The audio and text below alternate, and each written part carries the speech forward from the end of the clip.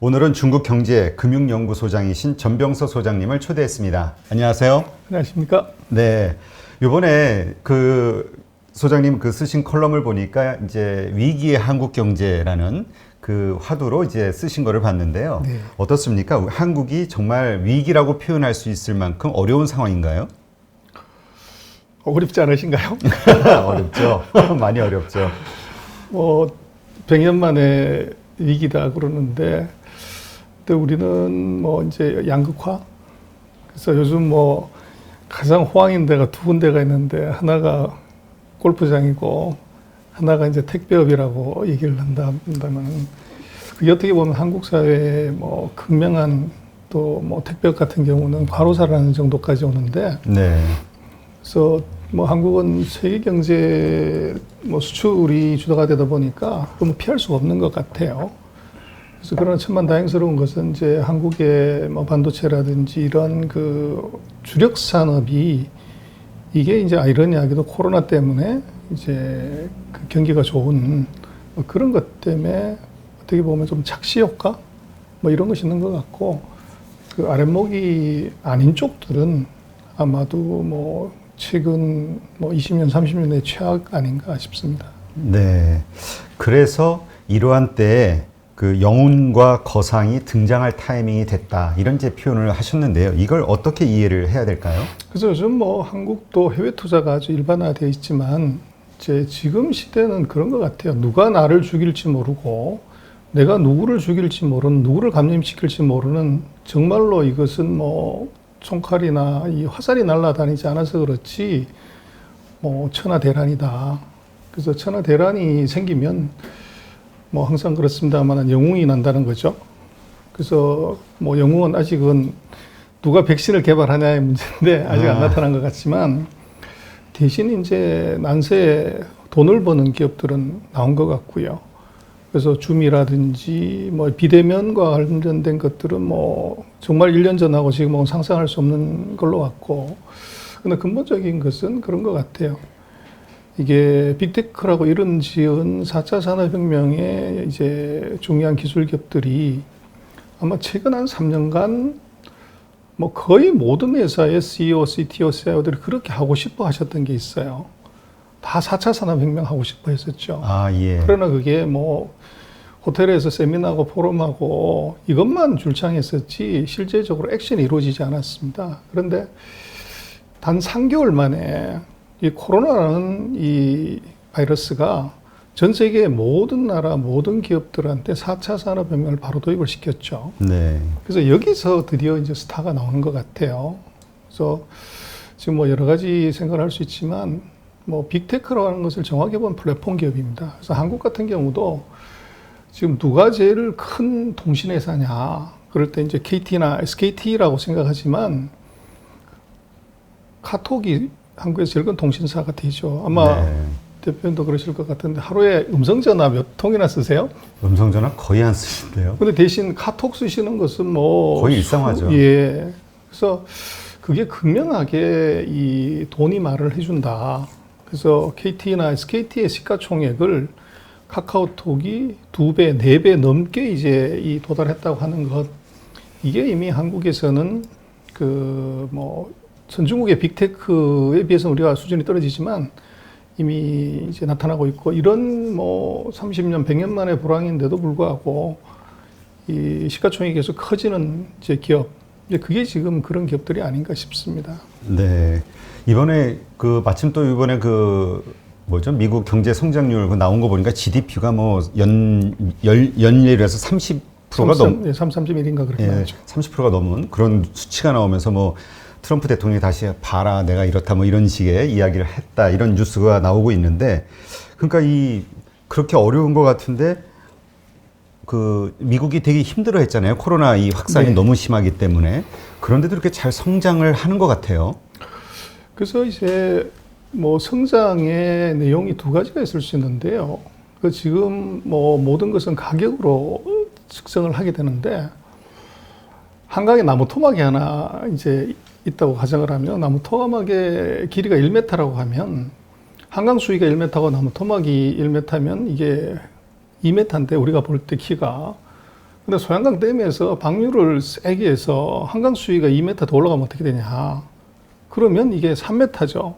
그러나 나무는 여전히 1m밖에 안 되고 수위가 올라가서 2m가 된 것인데 지금 미국 같은 경우에 뭐 30%든 40%든 이 증가율의 근본적인 배경은 이 나무 토막이 나무가 자란 것이 아니라 지금 2차 대전 이후에 미국의 통화량 증가가 22%면 뭐 1950년 이후에 최대의 돈을 벌었습니다. 네. 그리고 재정 지출은 이거 뭐 전기 대비로 봤을 때 97%가 늘어났어요. 그래서 이것은 최근 70년 사이에 보지 못했던 이제 엄청난 통화 증발 플러스 이제 재정 지출의 힘. 그래서 이것이 이제 어떻게 보면 실물의 크기보다는 유동성의 크기가 만들어낸 이제 숫자. 그리고 뭐 이제 30몇 퍼센트가 들어가고 하는 것은 뭐 GDP 수치에서는 사실 나오기 어려운 수치인데 그건 베이스 이펙트라고 봐야 되겠죠. 그래서 그 기저효과 때문에 이제 올라간 것이고 문제는 정말로 이제 피지컬 이코노믹스 그 실물 경제가 얼마나 자랐냐 이제 이게 중요할 것 같아요. 네. 그래서 어쨌든 미국의 어떤 그 금융시장도 그렇지만 경제를 끌고 있는 게 말씀하신 그런 빅테크 기업들, 그 플랫폼 기업들이 그렇게 앞장서서 이제 끌어당기고 있는데 그래서 이제 떠오르는 질문이 뭐냐면 한국도 그런 데가 있냐. 그렇게 뭔가 한국 경제를 끌어올릴 만한 빅테크 기업이 있는가. 조금 전에 뭐 카카오톡 말씀하셨지만 그것으로 충분한가요? 그래서 우리는 이제 빅테크 기업의 핵심은 첫 번째 글로벌 서비스여야 합니다. 그리고 빅테크 기업들의 특징은 이 이용자나 가입자 수가 기본적으로 10단위가 넘죠. 10단위라고 하는 것은 10억이 넘어야 됩니다. 아. 근데 우리 같은 경우는 이제 뭐 5천만 인구에 해외에 나갔다고 하더라도 그것이 억 단위가 넘는 가입자를 이제 모으기가 쉽지 않기 때문에 그 빅테크의 기준이 우리 기준 빅테크지 글로벌 스탠다드로 놓고 보면 한국에는 해당되는 것이 별로 없다. 없다. 그러나 이제 뭐 투자라고 하는 것은 미인 투표이기 때문에 한국이라는 제한된 시장에서 누가 가장 아름다운 사람이냐 그렇게 뽑는다고 하면은 이제 그런 양대 그 플랫폼 기업 또는 이제 네트워크 기업이 우리 기준의 빅테크고 또 우리는 그거 외에는 뭐 대안이 없기 때문에 그래서 아마 투자가들이 지금 뭐 동학개미라고 이제 칭하는 언론이 이제 이분들이 한국 주식 안 사고 이제 미국으로 대거 몰려갔다가 또 지금 중국으로 대거 몰려가는 이유가 바로 그 빅테크를 찾아서 이제 이동하는 것 아닌가 그렇게 또 볼 수도 있을 것 같습니다. 네. 그러면 그 한국에서도 그러한 빅테크 기업이 나올 수 있을까요? 일단 기본적으로 이 시장 인구 이 한국어를 쓰는 인구 자체가 뭐 5천만 작으니까 뭐 북한까지 해봐야 어떻게 될지 모르지만 예. 그래서 뭐 한국에서 빅테크는 이제 제조 시대, 정보 시대는 나왔던 것 같아요. 그래서 컨베이어 벨트를 누가 더 길게 만드냐. 그래서 제조 시대에는 그 규모가 큰 놈이 작은 놈을 먹었죠. 근데 정보화 시대가 되면 규모가 큰 놈이 아니고 스피드가 빠른 놈이 이제 스피드가 느린 놈을 먹었습니다. 네. 근데 지금처럼 이제 네트워크 시대가 되면은 여기 이제 패러다임이 통째로 바뀌는데 그게 뭐냐면 친구 많은 놈이 친구 적은 놈을 먹고 친구 많은 놈이 빠른 놈을 먹고 친구 많은 놈이 큰 것을 먹는 이제 이런 패러다임 시프트가 일어난 거죠. 그래서 우리가 지금 반도체가 세계 1등, 예를 들어 LCD가 세계 1등 뭐 이렇게 얘기를 하지만 이건 제조 시대에 또는 정보 시대의 얘기고 지금처럼 네트워크 시대에는 친구 많은 놈한테 못 당한다는 거죠. 네. 그래서 결국은 한국의 지금 빅테크는 제조 시대, 정보 시대의 빅테크 회사고 지금의 이제 그 코로나 시대, 뭐 이 시대의 빅테크에서는 이제 친구가 우리가 없다는 겁니다. 그래서 플랫폼 기업의 특징은 이것은 빅데이터가 힘인데 말씀하신 것처럼 이제 5천만 인구에 뭐 합쳐봤자 이것이 이제 빅데이터의 양에서 그래서 뭐 조금 뭐 어려운 얘기는 하지만 이제 네트워크의 힘이라는 게 빅테크의 힘, 플랫폼의 힘이라는 것은 이 플랫폼에 붙어 있는 가입자의 수의 제곱에 비례한다 이런 말을 하죠. 그렇게 되면 미국은 인구가 얼마냐고 그럴 때 네트워크 힘이 얼마냐면 3억이다 그러면 9억이 되는 것이고 한국은 이제 예를 들면 5천만 원, 55, 2억 5천로 그렇게 되고 중국은 얼마냐 그러면 14억이니까 196이 되는 거죠. 그게 이제 어떻게 보면 그 최근에 중국의 네트워크 기업들 아마 어젠가요? 그 개미금융이라고 엔터파이낸셜이라고 엔터파이낸셜. 예. 그게 뭐 지금 전 세계에서 제일 큰 이제 핀테크 회사인데 어떻게 금융 낙후국 후진금융의 대표인 중국에서 핀테크 회사가 있기나 하면서 그 회사가 어떻게 전 세계 핀테크 랭킹 1위냐. 그리고 더 드라마는 이번에 IPO를 하면서 그 A조하고 H, 중국 본토하고 홍콩에 동시상장을 하는데 공모 금액이 예상치가 340억 불입니다. 지난번에 아람코가 자본주의 역사상 최대 IPO가 290억 불인가 그랬죠. 네. 그보다도 이게 한 4, 50억 불 더 큰 사상 최대의 이제 IPO를 이제 했는데 그래서 이거 어떻게 볼 거냐는 것이 결국은 제가 볼 땐 그것이 아까 말씀드린 네트워크 시대는 친구가 힘이고 그 네트워크 힘이라는 것은 거기에 붙어 있는 가입자의 수의 제곱에 비례한다고 하면 우리는 예를 들어서 다음 커뮤니케이션이 네이버가 유저가 1억 명이라고 하면 이 중국의 지금 엔터파이낸셜 같은 경우는 가입자가 10억 명입니다. 그렇게 되면 이제 100억의 네트워크 파워를 가진 거죠. 네. 그 100억의 네트워크 파워가 이게 340억 불의 자금을 일거에 땡겨오는 힘이다. 뭐 그렇게 볼 수가 있을 것 같고 그래서 지금 이제 엔터파이낸셜 같은 경우 상장을 했는데 시가총액이 얼마 될 거냐. 그래서 지금 현재 상태로 놓고 보면 대략 한 350조 정도 지금 68.8위안에 IPO를 하는데 그래서 한 20%만 더 올라간다고 보면 시총이 450조가 됩니다. 야, 근데 엄청나네요. 문제는 세계에서 제일 큰 반도체 LCD 핸드폰 회사인 삼성전자 시가총액이 400조 겨우 되는데 이게 중국의 금융 낙후국에 있는 핀테크 회사의 시가총액이 삼성전자 시총보다도 한 50조 더 크다. 이거 어떻게 해석할 거냐. 그렇게 놓고 보면 방금 말씀드렸던 그런 그 네트워크 법칙 그리고 이제 패러다임이 제조에서 정보에서 네트워크로 넘어온 이제 여기에 우리가 정을 못하고 있다.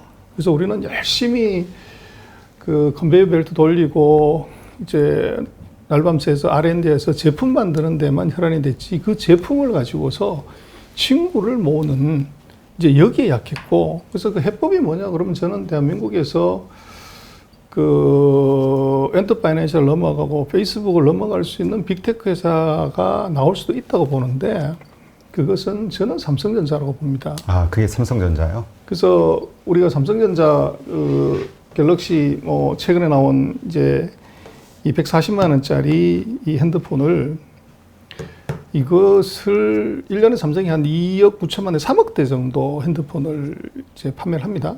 그럴 때 140만 원을 받는 것이 아니라 저도 깎아줄게. 80% 깎아줄게. 아니면 공짜로 줄게. 근데 단 조건은 3년 동안 약정하는 거다. 근데 약정은 어떻게 하냐? 일주일에 한 번씩 삼성이 만든 삼성 플랫폼에 그냥 들어왔다가 나가기만 하면 된다. 그렇게 되면 3년이면 10억 명의 이 가입자를 모을 수가 있죠. 그러면 10억 명의 플랫폼을 가진 이 엔터파이낸셜의 시가총액이 이게 지금 350조인데 지금 삼성전자가 핸드폰 사업에서 글쎄 얼마를 버는지 모르겠지만 아마 주로 돈 버는 건 반도체인데 반도체가 지금 떼돈 벌고 있을 때 좋다. 3년 동안 핸드폰에서는 우리 돈 안 벌겠다. 그렇게 가서 대신 그것을 소위 말하는 플랫폼을 구축하는 데 쓴다고 그러면 10억 명 이상의 전 세계 가입자를 모을 수 있는 유일한 회사는 대한민국 삼성전자죠. 그래서 이 삼성전자가 전략을 방금 말씀드렸던 이제 플랫폼의 전략으로 생각을 바꾼다고 하면 그렇게 되면 우리도 거의 이제 미국의 중국에 버금가는 빅테크 회사를 뭐 만들 수가 있다고 생각이 됩니다. 네. 사실 또 마침 이번에 그 이건희 회장이 타계하시면서 이제 새로운 삼성 이재용 부회장 체제에서의 삼성이 어떻게 변화될 것이냐에 대한 이야기들이 많이 있잖아요. 네. 근데 많은 분들이 그런 얘기는 공통적으로 하시더라고요. 이제까지 좀 조용했다. 보여준 게 없다. 이재용 부회장이 활발한 M&A 아마존하고 비교하면서 유보금이 훨씬 많은데도 적은 아마존은 엄청나게 뭐 작년만 해도 몇십 개 회사를 인수했으니까 이러한 것들에서 좀 부족하지 않냐 이런 얘기를 하시더라고요. 근데 뭐 저는 예전에 제가 반도체 애널리스트를 한 17년을 했었는데요. 아, 네. 그 삼성이 뭐 새로운 2세 경영, 3세 경영자가 들어와서 한 게 없냐? 저는 그렇지는 않다고 봐요. 엄청난 이제 뭐 창업보다 수성이 어려운데 반도체에서 점유율 계속 올라가고 있고 핸드폰 회사를 보시면 세계 최고였던 노키아가 흔적 없이 사라졌습니다. 네. 일본의 소니 흔적도 없어졌죠. 근데 그것을 지금 뭐 전 세계 랭킹을, 탑 랭킹을 지금 5년, 7년씩 유지를 하고 있다는 것, 이건 뭐 보통 일이 사실은 아니고요. 그리고 지금 반도체 같은 경우도 뭐 금년도 같은 경우가 조금 헤맸지만 최근 뭐 2, 3년 사이에 인텔을 제키고 세계 1등을 한 건데 이것이 이제 한 것이 없다. 이렇게 보는 건 완전 넌센스고요. 그러면 미국의 반도체들, 날고 기는 반도체 회사들은 이 구글이나 예를 들어서 페이스북이나 이런 사업한 회사가 있냐는 거죠. 네.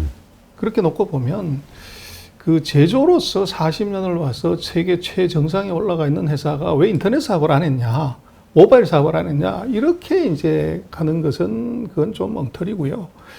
이제 놓고 보면 지금 이번에 보여줬습니다. 중국이 뭐 무역전쟁 최근 2년 동안 하면서 미국이 그렇게 세게 한 것처럼 보이지만 사실은 눈도 깜짝 안 하고 있었던 거죠.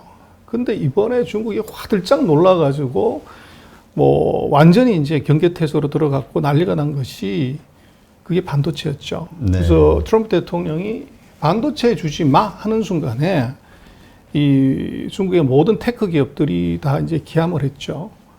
그래서 결국은 이 빅데이터를 만들고 플랫폼을 가는데 그런 거 서버는 어떡할래? 그 서버에 들어가는 칩은 어떡할래?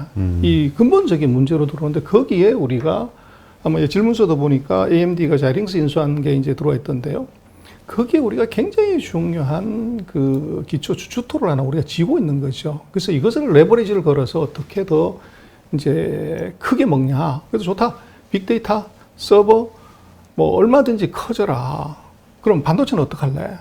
그랬을 때 이게 CPU는 AMD하고 인텔이 먹고 메모리는 하이닉스하고 삼성 빼고 대안이 있냐? 이제 그렇게 놓고 보면 굉장히 좋은 우리가 카드를 쥐고 있는데 거기 조금 더 이제 우리가 그 희망이나 기대를 섞는다고 하면 이제 방금 말씀드렸던 그런 이제 플랫폼 기업으로 변신. 이제 그것은 뭐 40년 동안 관성의 법칙으로 한 방향으로 왔는데 갑자기 그 방향을 틀 수 있냐? 그건 아닌 것 같고요. 그러나 이제 뭐 세술은 세부에 담듯이 또 이제 선대 경영자가 이제 경영을 이제 후대한테 물려줬을 때 새로운 변화는 기대할 수 있을 것 같아요. 네. 그래서 그 변화가 이제 어떻게 올지는 조금 더 이제 지켜봐야 되고 또 이제 제가 볼 때는 결국은 중국도 그랬습니다. 어떻게 1978년에 그렇게 열악한 경제 환경에서 시장을 개방을 하냐. 서방 세계에 그렇게 이제 센 열강들이 와서 날로 먹으려고 그럴 텐데 그때 그 개방을 결정한 사람이 바로 등소평이죠. 근데 등소평은 도대체 뭘 믿고서 어떻게 이제 그렇게 했을 거냐를 이제 얘기를 하자면 저는 등소평의 인사이트 해안이라고 봐요. 근데 그 해안이라는 것은 뭐냐 그러면 국제화된 시각입니다.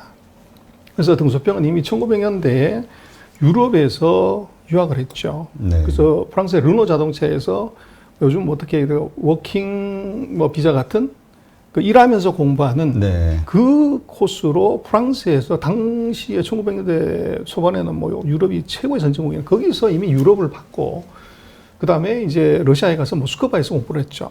그래서 당시에 최고의 지역이었던 이제 유럽과 소련에서 보고 듣고 공부하고 느꼈던 것 그것이 이제 중국의 어떻게 보면 최근 40년을 홀랑 다 뒤집어 놨다는 거죠. 근데 한국의 이제 1세대, 2세대 경영자들과 지금 3세대 경영자 차이는 저는 이 3세대 경영자들은 다 이제 세계 최고의 나라인 미국에서 가서 공부해보고 이 경험해보고 뭐 이런 것이 있다는 거죠. 그래서 삼성의 2세 경영자도 제가 볼 때는 일본에서 공부했고 미국에서 공부했고 그래서 그렇게 놓고 보면 이제 지금 중국이 뭐 G2로 올라섰지만 뭐 최근 10년 전만 해도 G1, G2가 미국과 일본이었지 않습니까? 네. 그래서 가장 선진국의 어떻게 보면 변화를 그거를 보고 이제 공부하고 느껴본 사람이 이제 경영을 했을 때 그것은 이제 아버지의 경영하고는 굉장히 달라질 수 있는 가능성이 있을 것이다. 저는 개인적으로 그렇게 봅니다. 네, 그렇군요. 그런데 그 어떻습니까? 지금 말씀하신 것처럼 한국 기업들이 그 유독히 약한 게 그 팬덤층을 만드는 거 이게 되게 약하잖아요. 애플 보면은 뭐 우리 애플바라고 표현하고 뭐 샤오미 그다음에 또 뭡니까 저 뭐 여러 가지가 있잖아요. 그 뭐 소프트뱅크 뭐 일론 머스크 뭐 이런 식으로 그러한 것들이 강한 기업들이 있고 그런 리더들이 있는데 한국에는 유독 그런 게 없는 거 아니냐? 그래서 이제 그게 보면 저는 이제 기업이라는 것이 얼마만큼 크냐 그러면은 그 회사의 사장의 그릇만큼 큰다. 그렇게 얘기를 드리고 싶어요.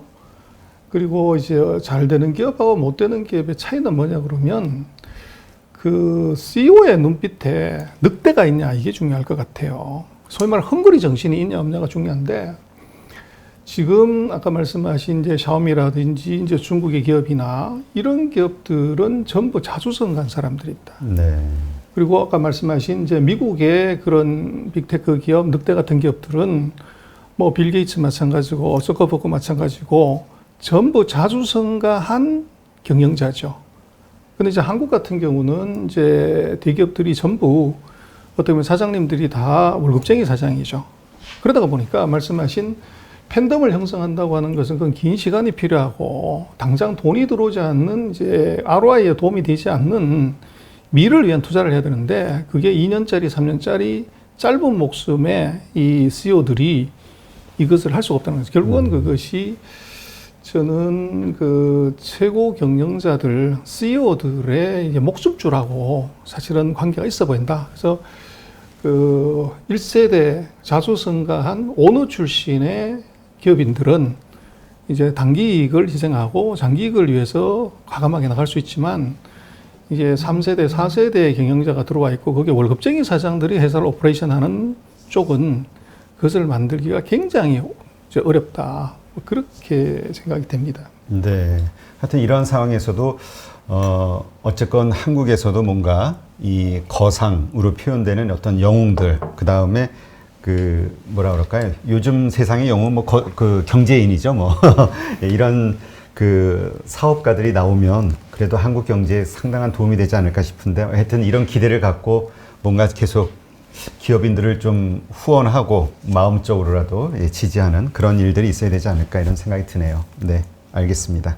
그러면 이번엔 그 미국 코로나 문제를 좀 말씀 나누면 지금 확산 속도가 더 빨라지고 더 높아지는 것 같거든요. 2차 팬데믹이라는 표현도 틀렸다. 왜? 1차가 끝나지 않았기 때문에 이런 얘기들을 많이 하더라고요. 그래서 뭐 역대의 그 전염병들은 항상 10월 달이 아주 나쁜 달이라고 얘기를 하죠. 네. 그래서 겨울이 들어가는 시점에 팬데믹이든 전염병이 걸리면 항상 이제 환자 수는 늘어난다. 그래서 그것이 날씨가 추워지면 아무래도 행동 반경이 줄어들게 되고 이제 실내 활동을 많이 하기 때문에 뭐 확산은 이제 피할 수가 없는 그게 어떻게 보면 전염병의 뭐 거의 큰 전염병에서 항상 나타나는 현상인데 우리는 이번에 이제 코로나19를 뭐 그 이전에 30년 전에 50년 전에 거는 우리가 보지를 못했으니까 그래서 이번에 당하니까 이것이 2차 확산 10월 달 이 확산에 대해서 이거 큰일 났다 이렇게 보는 것 같은데요. 그래서 아마 그 팬데믹의 히스토리를 보면 찬바람 불었을 때 그때까지 팬데믹이 지속이 됐을 때 항상 확진자 수는 올라갔다. 이제 그렇게 일단은 볼 수 있을 것 같고 물론 거기에 이제 말씀하신 그 정치적이나 행정적인 그 대체 실패, 방역의 실패가 또 예를 들면 미국 같은 경우는 이제 대선이라는 이제 특별한 사람들이 모여야 되는 이런 이벤트가 있었기 때문에 이제 악화가 되는 뭐 이런 현상은 있었던 것 같아요. 네. 유럽도 상당히 계속 심해 왔었는데요. 그 대부분 많은 경제 전문가들이 예상했던 것이 그래도 예전처럼 무슨 이렇게 봉쇄 조치를 취하지는 않을 것이다라는 게 이제 대세였는데 이번에 프랑스에서 봉쇄를 했잖아요. 그게 이제 금융시장에도 큰 충격을 줬던 것 같고 이거 모든 여러 나라들이 또 따라서 이렇게 되는 거 아니야? 불안감이 좀 커지고 있는 상황이 된 거죠. 어떻게 보시나요? 그래서 이제 전염병의 그 퇴치는 우리로서는 굉장히 이제 불쾌하고 기분 나쁜 나라가 사실은 중국이죠. 그렇죠. 그래서 이게 코로나19를 발병을 시켰고 또 그걸 전 세계로 확산시킨 나라인데 문제는 이제 중국을 잘 벤치마크할 필요가 있다는 거죠. 그래서 그 코로나가 발생하고 나서 피크까지 가는 시간을 보면 우리가 한국이 15일로 가장 짧았습니다. 그리고 중국이 28일이었고요. 유럽이 말씀하신 1차 이제 팬데믹 때는 48일 정도의 피크아웃을 시켰어요. 또 미국은 말씀하신 것처럼 계속 진행이 되기 때문에 아직까지 진행이 되고 있고. 그래서 결국은 중국이 어떻게 전 세계에서 가장 빨리 이 팬데믹을 안정화시켰냐, 이 코로나19를 안정시켰냐 하는 것은 결국은 경험이 최고의 선생님입니다. 어떻게 한국하고 중국이 가장 빨리 안정화시켰냐 하는 것은 저는 첫 번째는 중국은 그 사스의 경험입니다. 사스 때 어떻게 했더니 빨리 죽었다는 것이 이것이 이제 방역에서 어떻게 보면 거부감 없는 매뉴얼로 작용을 했고, 한국도 지금 뭐 전 세계에서 두 번째로 빨리 끝낸 이유는 물론 이제 우리 그 발병을 가장 크게 했던 대구 지역의 이제 어르신들이 어떻게 보면 뭐 자가 폐쇄를 했다 그럴까? 뭐 자녀분들 오지 말라고 그러고 그렇게 한 자가 방역도 있었지만 메르스의 영향이 있었던 것 같아요. 네. 메르스의 경험이 결국은 이번 방역에 굉장히 좋은 이 텍스트북이었는데 이제 유럽이나 미국은 그런 경험이 없었다는 거죠. 그게 이제 어떻게 보면 경험이 최고의 선생님이다. 근데 지금 이 코로나19를 빨리 이거를 한 것의 키는 뭐냐면 미국도 그렇고 유럽도 그렇고 이 답은 핸드폰입니다. 저는 백신보다도 핸드폰이 답이다. 네. 그래서 이 코로나19는 이것이 이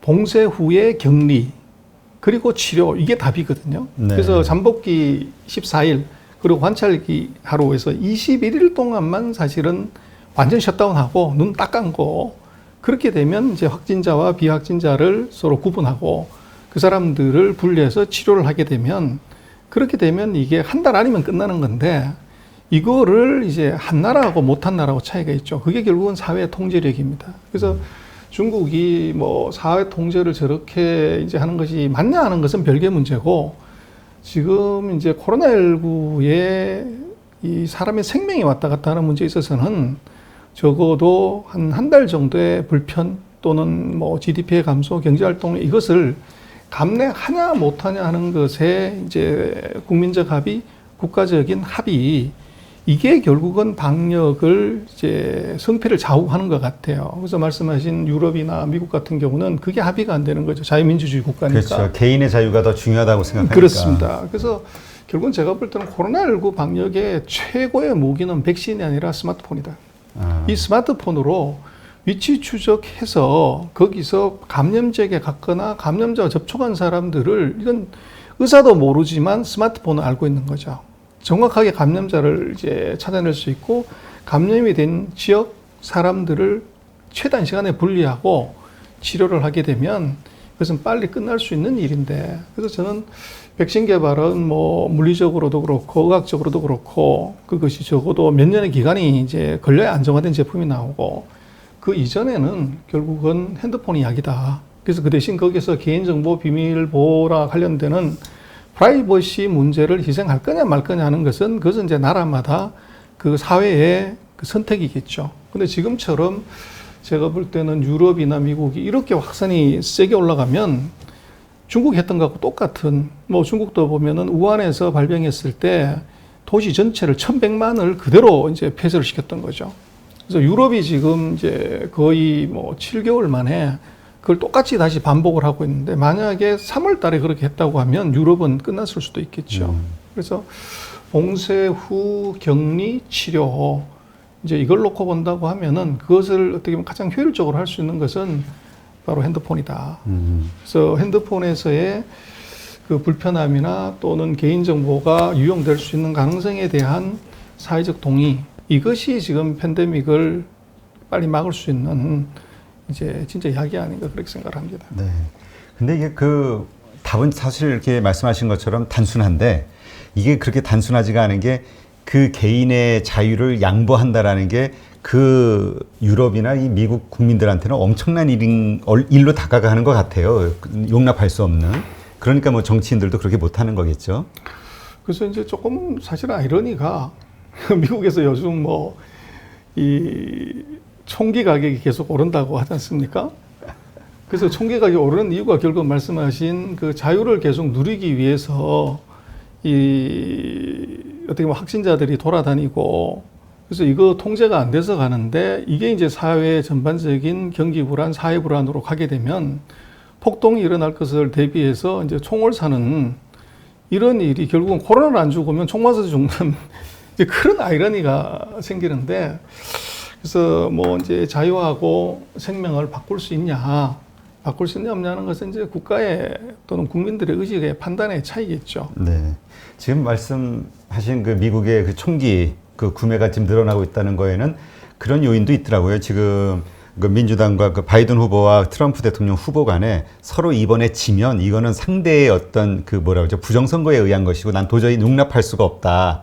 그거에 대비한 그 혐오도가 그러니까 각 진영에 대한 서로 각자 상대 진영에 대한 혐오도가 되게 높다고 하더라고요. 근데 그 원인을 또 찾아보면은 양극화서부터 찾지만 이런 코로나로 인해서 사실 스트레스를 받잖아요. 이 사람들의 이 심리가 이 스트레스가 쌓일 대로 쌓여가지고 뭔가 막 터지기 직전에 어떤 그런 불안정한 사회 이런 걱정을 많이 하시더라고요. 근데 저는 뭐 정말 미국이 선거 불복을 총기로 이제 어떻게 보면 표현한다고 그러면 미국은 끝났다고 보여져요. 그것이 민주주의의 상징이고 어떻게 보면 이제 세계 최고의 양식을 가진 나라가 미국이라고 보는데 그것이 이게 선거 자체가 불법적으로 이루어졌고 또 국민이 선택한 것을 국민이 이것을 엎어버린다. 그럼 민주주의가 죽어버리는 거죠. 그래서 저는 뭐 총기를 사는 것에 대한 여러 가지를 이제 선거하고 결부져서 하는 언론에서 재미거리로 또는 미국을 조금 이제 어떻게 보면 비꼬는 듯한 느낌으로 그렇게 쓰는 것은 뭐 어쩔 수 없는 것이지만 정말로 그런 일이 한다고 그러면 그것은 미국은 세계 리더로서 또 자유민주주의의 어떻게 보면 이제 상징으로서의 의미는 사라진다. 근데 그것을 미국 국민들이 선택할 것인가? 네. 저는 그렇지는 않을 거라고 봐요. 그리고 우리도 뭐 선거철에 무슨 말을 못 합니까? 그렇죠. 하긴 그렇죠. 예. 그래서 뭐 미국 같은 경우도 말은 그렇게 하지만 액션은 굉장히 다르게 나올 것 아닌가. 그래서 깨끗한 승부 어떻게 됐든 간에 국민의 선택에 있어서 예를 들면 힐러리하고 뭐 선거도 마찬가지지 않습니까? 표가 결정해 준 것에 대해서 선거에 내가 이겼지만 이게 대의원 선거에서는 졌다. 깨끗하게 승복하고 협조하겠다고 하는 것이 그것이 어떻게 보면 미국의 뭐 진정한 힘이겠죠. 근데 만약에 이번 판에 그것을 트럼프 대통령이 없는다. 그렇게 한다고 하면은 그것은 뭐 미국의 몰락을 자초하는 것 아닌가 싶습니다. 네. 지금 미국의 어떤 그 정치 문제도 좀 복잡하지만 그래서 이제 세계 금융시장이 이 바이든 후보와 트럼프 대통령 후보의 격차가 좁혀지고 누가 될지 모를 정도로 접전을 펼치는 상황이 자꾸 돼가니까 금융시장이 자꾸 무너지는 듯한 그런 느낌이 들거든요. 그만큼 이제 금융시장에 큰 혼란이 오지 않을까 걱정하는 것 같은데 그것 때문이 아니더라도 지금 많은 분들이 걱정하고 있는 게 이제 미국 재정 아닙니까? 그 국가 부채는 자꾸 늘어나고 근데 앞으로도 계속 돈은 찍어내야 되고 하지만 또 일각에서는 뭐 기축통화국으로서 뭐 아무 문제 없다 이런 얘기도 있고요. 어떻게 보시나요? 거기는 이미 답이 있는 게요. 이제 우리 아는 것이 데프트 투 GDP 레이쇼가 이게 이제 100%를 넘었다. 그래서 객관적으로 생각하면 매출액을 100억 하는 회사가 빚이 110억이 있다 그런 건 회사 꼴이 안 되는 거죠. 끝난 건데 문제는 이제 그 FRB 지하실에 프린터가 있다는 거죠. 무한대로 돌릴 수 있는 전기만 꽂으면 나올 수 있는. 그래서 적어도 지금 뎁트 투 GDP 레이쇼가 230%가 됐는데도 멀쩡한 나라가 하나 있습니다, 이미. 일본이요? 그렇죠. 그래서 일본은 말씀하신 것처럼 기초통화국이 아니에요. 네. 그런데도 230%, 40%의 부채 비율에도 멀쩡하게 잘 살고 있는데 120% 겨우 된 미국이 이것 때문에 끝나냐? 그 프린터까지 있는데 그건 제가 볼 때 넌센스입니다. 그 재정은 결국은 이 제국이 멸망할 때 그때 재정이 문제가 되는 것이고 지금 120%의 이제 뭐 부채 비율 물론 어렵죠. 근데 이제 100%가 넘어가게 되면 일본의 경우에 보여준 게 하나 있습니다. 그래서 뭐 세상의 원리가 뭐 진리가 있는데 그 누가 뭐라고 어떻게 그걸 수학적으로 그 레토릭으로 묘사를 하더라도 번 것보다도 항상 많이 쓰는 사람, 자기 돈 말고 남의 돈 겁 안 내고 마구 끌어다 쓰는 사람, 그거 결과는 항상 비극으로 끝나죠. 그래서 지금 미국 같은 경우가 결국 남의 돈 이제 갖다 쓰는 건데, 그것이 이제 언제 끝나냐는 것은 적어도 제가 볼 때는 지금보다 2배 이상의 부채비율이 높아지더라도 일본의 경우가 이미 있기 때문에 네. 그 기축통화국이기 때문에 그 걱정은 지금 하는 것은 너무 이제 이르다. 그렇게 보여지고, 또 이제 한국 같은 경우도 아직 우리 50%도 안 되는 재정 부채 비율인데 이게 높다 이렇게 얘기하는 것도 지금 시대는 조금 안 맞는 얘기 아닌가 싶고, 또 결론은 그렇습니다. 미국의 재정 이 전기만 꽂으면 360을 돌아갈 수 있는 달러 프린터가 있기 때문에 재정 걱정은 안 해도 된다. 네.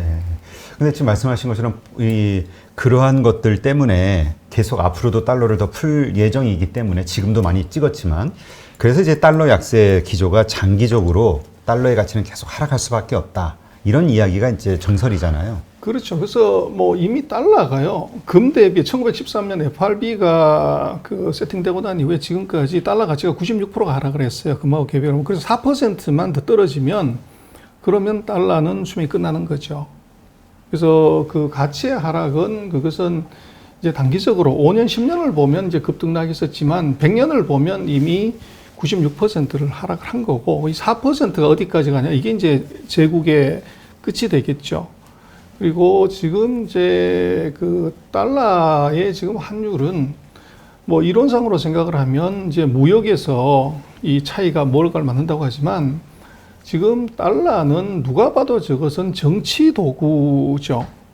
그래서 금리를 갖고서 또는 정치적인 레토릭으로 이것을 이제 조작하는, 굉장히 이것은 이제 정치적인 도구로 봐야지, 지금 이것을 정상적인 경제학에서 얘기하는 수급의 원리에서 결정되는 이 환율로 보는 것은 넌센스인 것 같아요. 그래서 이미 그 뭐 환율을 결정하는 전제 조건인 금리가 이게 제로가 됐다고 하는 것은 돈의 가격이 없다는 거죠. 그리고 이것이 제로라고 하는 것은 이미 유동성 트랩에 들어갔기 때문에 돈이 가격 결정력을 갖지 못하는 것이기 때문에, 그것 때문에 이게 환율이 어떤 방향으로 간다. 그것은 뭐 최근에도 또 보셨지만 트럼프 대통령이 한마디 하고 미국하고 중국이 무역 전쟁할 때 뭐라고 한번 해버리면 이게 환율이 바로 움직이는.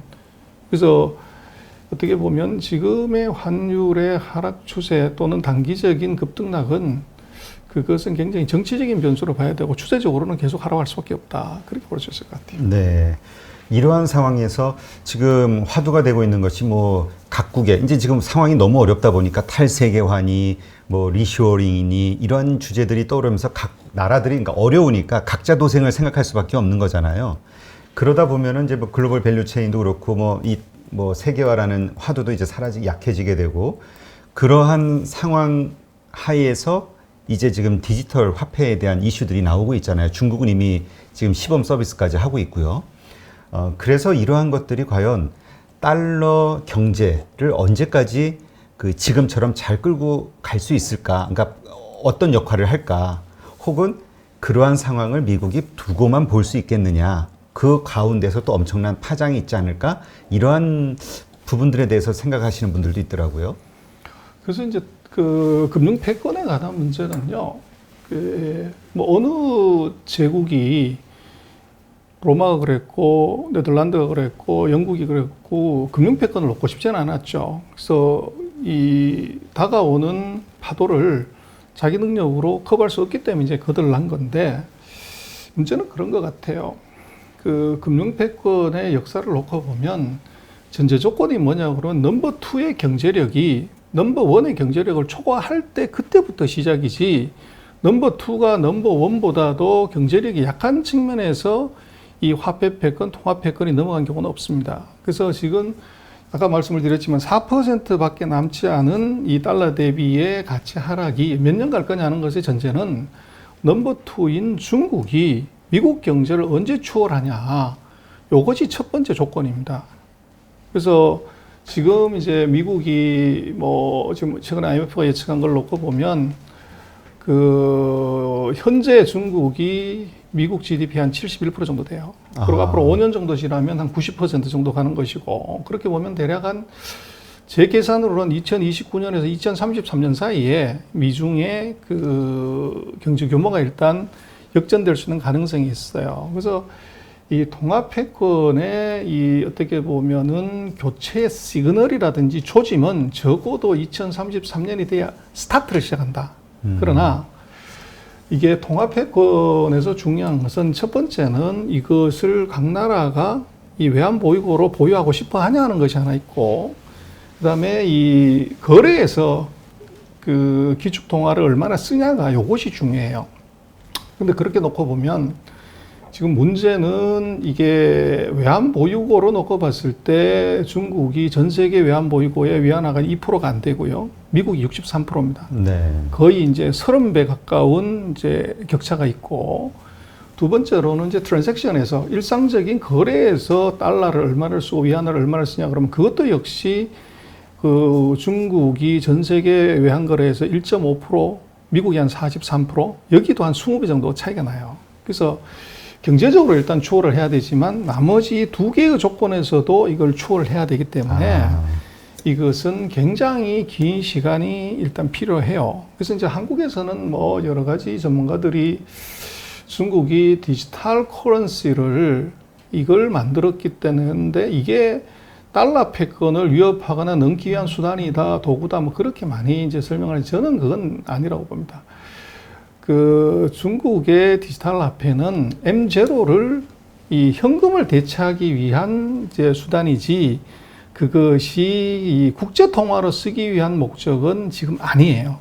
그래서 그것이 이제 다른 점인데, 기축 통화라고 하는 것이 지폐를 가지고 디지털로 만들었다고 해서 기축 통화가 되냐? 그건 절대 아니에요. 그래서 아까 말씀드린 그 세 가지 조건을 만족을 시켜야만 되는데, 제가 볼 때는 그런 정도의 논의를 하려고 하면 첫 번째 조건은 미국의 GDP를 중국이 넘어가는, 적어도 앞으로 10년에서 15년 뒤가 그런 얘기를 적어도 할 수 있는 스타트 라인이고, 그 다음 단계는 아까 말씀드렸던 것처럼 거래하고 보유 통화에서 이게 적어도 중국이 미국의 50% 이상을 넘어갔을 때, 이거 캐치업을 시작하는구나.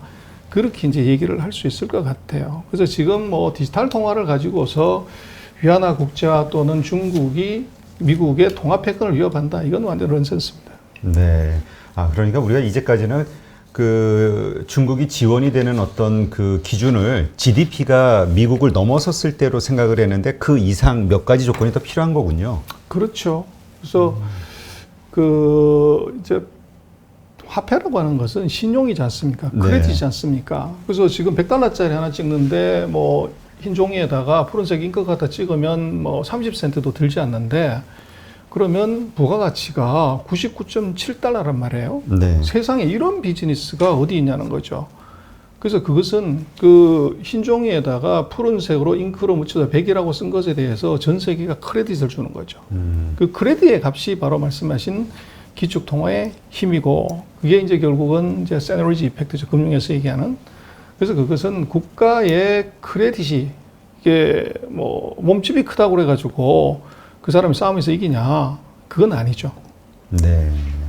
그렇군요. 그런 면에서 따져보면은 미국이 얼마나 세계 최광대국인지를 이해할 수 있겠네요. 그렇죠. 그런 여러 가지 부분에서 압도적인 어떤 현재 기초를 가지고 있으니까. 알겠습니다. 네, 그럼 이번에는 반도체 분야에 대해서 말씀을 나눠보시죠. 글로벌 반도체 지금 상황을 보면은 지금 뭐 큰 장이 열렸다, 글로벌적으로 이런 말씀하시는 분도 있더라고요. 각종 M&A가 아주 지금 유행을 타고 있는데요. 지금 상황이 어떻습니까? 금년도에 거의 1,000억 불 가까운 M&A가 이루어졌는데 100조짜리. 그래서 제일 컸던 게 엔비디아가 대만계 CEO가 전 세계에 이제 반도체 설계를 하려고 하면 반드시 필요한 소프트웨어죠. 네. ARM을 먹은 게 400억 달러짜리 40조짜리 M&A가 있었고, 뭐 어젠가요, 아ren가요? 세계 CPU 업계의 양대 산맥인 이제 인텔하고 AMD가 있는데, 뭐 AMD가 인텔하고는 게임이 안 되죠. 그렇죠. 점유율 10% 15%가 안 되는데, 이 회사가 이제 자이링스라는 회사를 M&A를 했는데 그게 350억 불짜리였습니다. 그래서 이제 이걸 왜 했냐, 이제 이런 것이 하나 있고, 그리고 이제 아날로그 디바이스가 이 또 M&A를 하나를 했는데 그게 210억 불인가 그랬습니다. 그리고 최근에 우리 이제 그 SK 하이닉스가 또 이제 그 M&A를 하나 했죠. 그래서 1,000억 불이 넘는 이제 M&A는 이것은 뭐 10년에 한 번 볼까 말까한 변화인데, 이런 변화의 특징은 이제 두 가지로 볼 수 있을 것 같아요. 하나는 한 개의 기술을 갖고서 이제는 오래 가기 어렵다. 그래서 다른 기술과 융합을 해야 되는 문제가 하나 있고, 또 하나는 뭐냐 그러면 이제 반도체가 고집적화되고 고정밀화되고 이러면서 설비 투자, 공장 짓는 것하고 이게 새로운 제품의 R&D 비용이 너무 많이 들어간다는 거죠. 네. 지금 첨단 반도체 하나를 공장 하나를 만들려고 하면은 대략 한 지금 5나노, 7나노짜리 같으면 100억 불 가까이가 들어갑니다. 그래서 이게 10조짜리 돈을 투자할 수 있는, 그렇다고 해서 공장을 하나만 지면 되냐?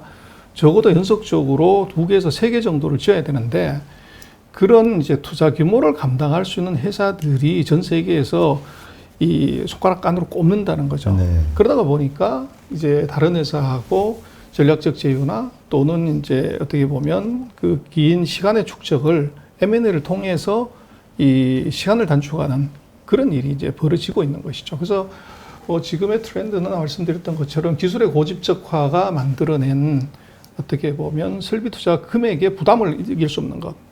그다음에 지금 이제 4차 산업혁명의 시대에 이 기능의 다양화를 자기가 지금까지 갖고 있었던 오른팔만 써가지고서는 대응할 수 없기 때문에 이 기능의 다양화, 사업 다각화 차원에서 M&A가 2개가 이제 이루어지고 있는 것으로 보여집니다. 네.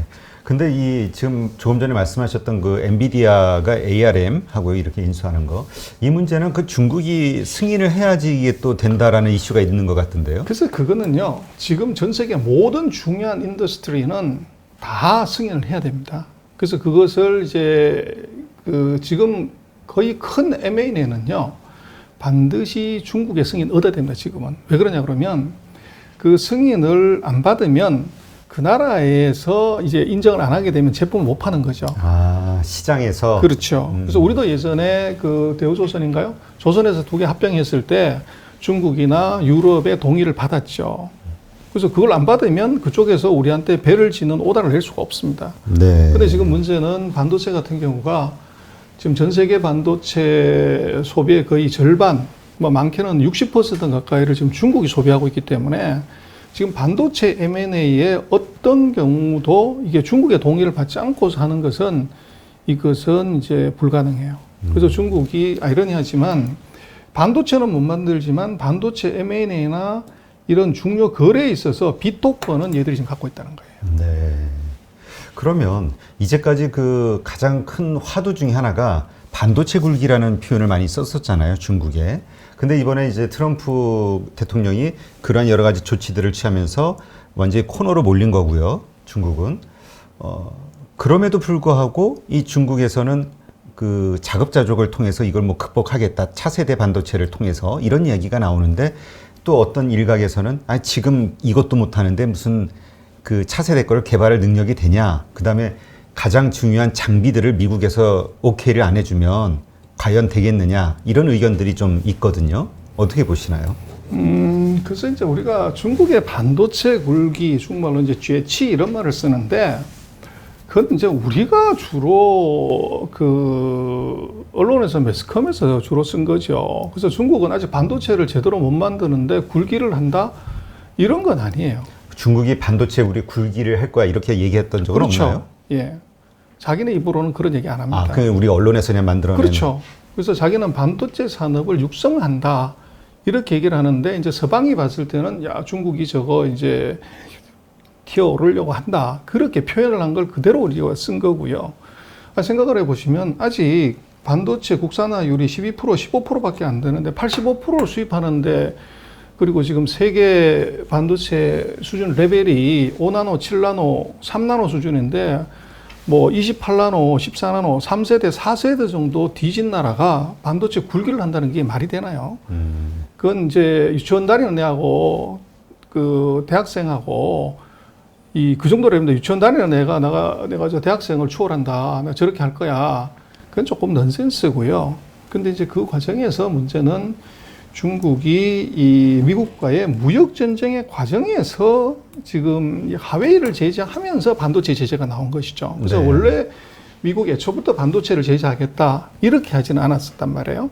그래서 지금 뭐 중국의 반도체 굴기는 제가 볼 때는 그 얼리 스테이지에 있는 것을 레토릭을 서방 세계에 그렇게 붙인 거고, 얘들이 목표는 그렇게 하고 싶지만 이것이 현실적으로 달성 가능성이 없다. 그렇게 볼 수가 있고, 그 다음에 이제 우리가 조금 이제 오해하는 것 중에 하나는 이 중국의 반도체 제재에 대해서 미국이 중국한테 반도체 장비 재료 소재를 하나도 못 팔아. 이렇게 이제 오인을 한다는 것이죠. 근데 그렇게 되면 무슨 일이 벌어지냐 그러면 중국이 지금 세계 최대의 반도체 소비 국가이기 때문에 이걸 못 팔게 되면 미국의 반도체 장비 재료 소재 회사들이 매출에 이만큼 줄게 돼요. 네.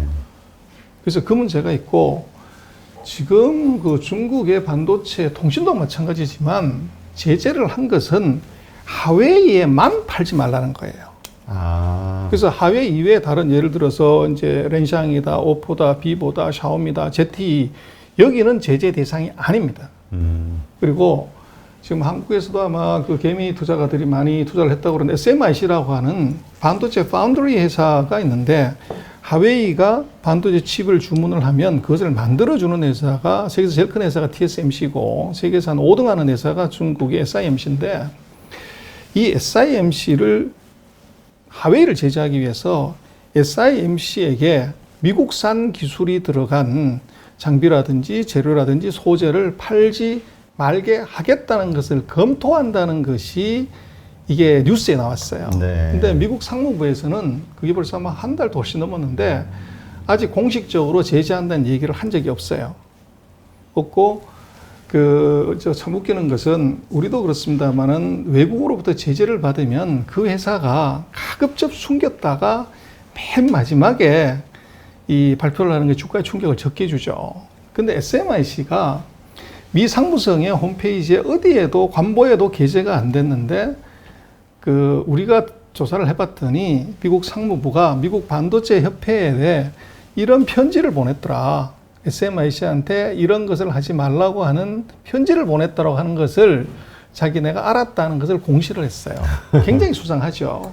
그러니까 약간 협박성 그 길들이기? 뭐 하여간 여러 가지가 있을 수 있는데, 근데 이제 그걸 놓고 보면 뭐냐면 ERA 규정이라고 수출 관리 규정이 있고, 지금 미국이 제재하는 것 중에 그럼 수출을 하는 것을 이제 통제한다 이러는 게 하나 있고, 두 번째는 엔트리 리스트라는 게 있어요. 그 리스트에 들어간 기업에 대해서는 미국의 국내 기업은 예를 들어 ERA 규정 같으면 국내 기업들은 승인을 받아야 되는데 해외 기업들은 거기에 해당이 안 돼요. 네. 그리고 지금 만약에 엔트리 리스트에 들어가면은 미국 기술을 사용해서 10% 이상의 미국 기술을 사용한 장비, 재료, 소재, 소프트 회사는 팔 수 없어요. 그건 전 세계 기업이 다 해당이 되는데, 지금 SIMC가 그 자수를 한 것은 우리는 엔트리 리스트에 들어간 것이 아니라 수출 관리 규정에 들어갔다. 그래서 미국 기업이 파는 것은 우리가 제재를 받을 수 있지만 미국 외에 일본, 한국, 유럽 이쪽에서 파는 것은 제재 대상이 아니라는 것을 강하게 어필하려고 그 공시를 했던 거예요. 근데 어쨌거나 이건 지금까지 그 SMIC의 한 개 회사에 대해서 미국이 제재를 검토한다는 얘기를 한 것이고, 그러면 중국의 반도체 회사가 SMIC 하나만 있냐? 아닙니다. 똑같은 아이템을 하고 있는 회사고 하옹 반도체라는 게 있어요. 그 회사도 파운드리랍니다. SMIC보다는 기술이 약간 떨어지지. 우리 같으면 삼성이나 하이닉스하고 그런 관계처럼. 그러면 이 파운드리를 SMIC한테 못하게 하면 화홍 반도체한테 의뢰를 하면 되는 것이죠. 그래서 지금 이제 우리가 알고 있는 것은 야, 중국으로 반도체 하나도 수출 못하고 통신장비 하나 수출 못하면 중국 반도체하고 통신장비 끝났다. 그거는 아니라는 겁니다. 그렇게 화웨이를 집중적으로 공격하는 미국의 그 속마음은 어떤 건가요? 그러니까 이런 얘기도 있잖아요. 그 화웨이의 그 런청베이 회장인가요? 그분도 그 지분이 뭐 1, 2%밖에 안 된다. 그러니까 세간의 의혹은 화웨이는 중국 공산당의 것 아니냐 뭐 이런 얘기도 있고, 그래서 그 뭐죠 백도어 문제 뭐라고 하죠 해킹에 대한 그런 이야기도 나오는 것 같고요. 그래서 미국은요, 1등 국가이기 때문에 1등을 뺏긴다는 것은 있을 수가 없어요. 모든 분야에서. 근데 제일 중요한 것은 지금 전 세계 산업이 이제 전환기 있지 않습니까? 3차에서 4차 산업으로 올라가는데 4차 산업이면서 제일 중요한 게 뭐냐 그러면 뭐 빅데이터 얘기를 하지만 이게 빅데이터가 아니고 근본적으로 보면 고속도로가 없는데 자동차가 다닐 수가 없죠. 아, 장비. 그렇죠. 그 장비가 아니라 이 빅데이터가 돌아다닐 수 있는 고속도로가 그게 바로 5G죠. 네. 근데 문제는 5G를 하려고 하면 고속도로를 건설할 수 있는 건설 회사가 있어야 되는데 미국은 이걸 다 외주를 주는 바람에 미국은 5G 통신 장비를 만들 수 있는 회사가 단 하나도 없습니다.